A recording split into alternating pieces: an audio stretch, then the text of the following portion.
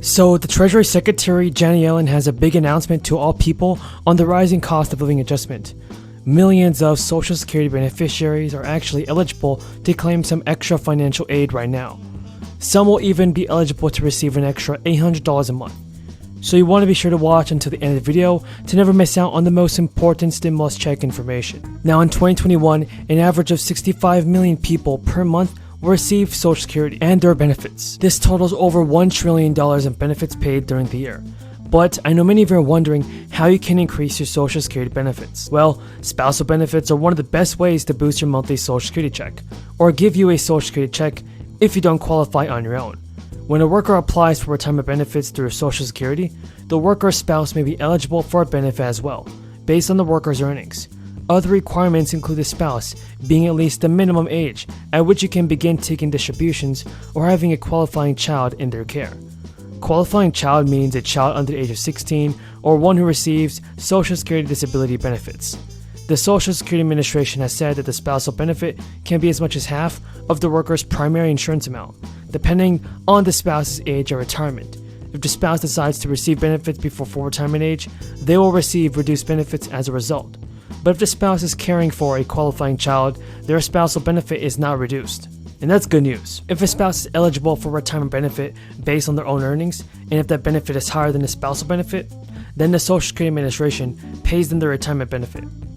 We also have a new announcement from Janet Yellen. She said that she believes the Federal Reserve can bring down inflation without causing a recession because of a strong U.S. job market and household balance sheets, low debt cost, and a strong banking sector. Yellen told a House Representative Financial Committee service. Yellen told the U.S. House Representatives that all of those things suggest that the Fed has a path to bring down inflation without causing a recession. Yellen said during the hearing that inflation was the number one economic issue facing the nation and the Biden administration. So it's having a substantial adverse impact on many vulnerable households, and the people in Congress are laser focused on addressing inflation. But Yellen has deflected several attempts from Republican lawmakers to try to persuade her to blame high inflation on the Biden administration's $1.9 trillion crisis relief spending package last year. Yellen said that various factors were fueling inflation, including spikes in energy prices and continued crisis-driven supply chain problems. Yellen has also made it clear that other countries are also experiencing high inflation. Now, a new minimum wage will take effect in California next year, an increase caused by soaring inflation.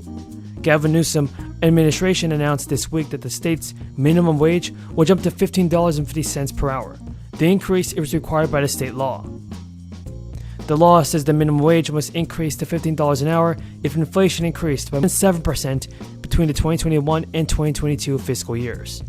Folks, we could definitely see that President Biden has to do more for the American people and send out stimulus checks sooner than later.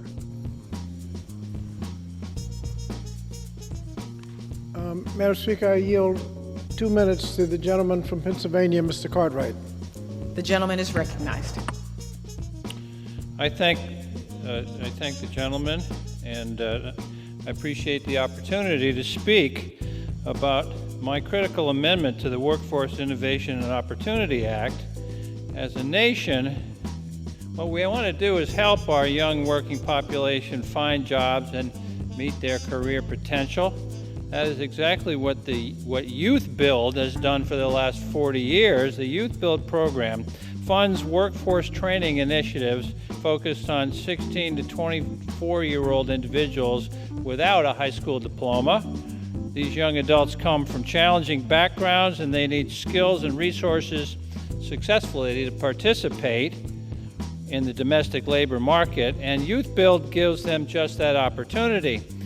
However, there is always room for improvement, and that's why we have this amendment, especially when it comes to ensuring that young adults with disabilities are best positioned successfully to enter the workforce. Currently, lack of affordable and accessible transportation creates significant barriers for disabled people that want to work. 13.4 million Americans have disabilities, which limits their ability to travel, including traveling to the workplace. We have to ensure that transportation to and from the workplace is available for disabled youth transitioning into the workforce. My amendment to the Workforce Innovation and Opportunity Act allows disabled youth build participants to use funds for transportation.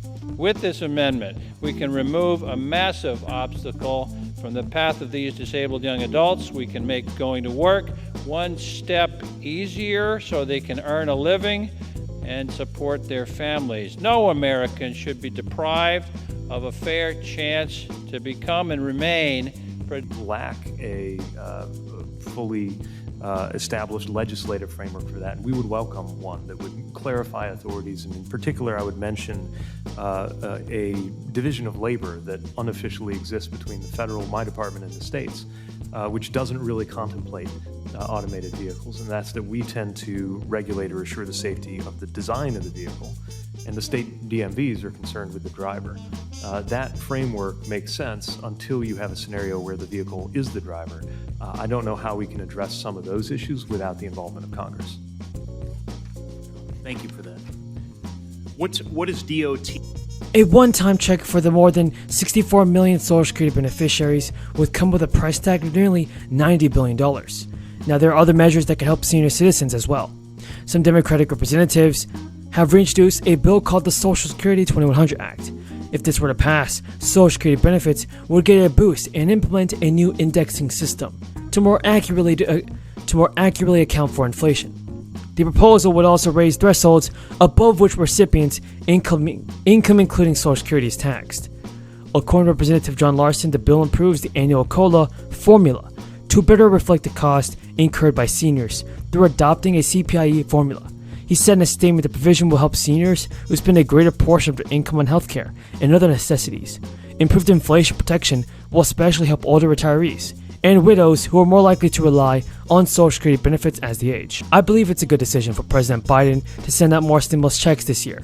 If you guys agree, tell me in the comments down below.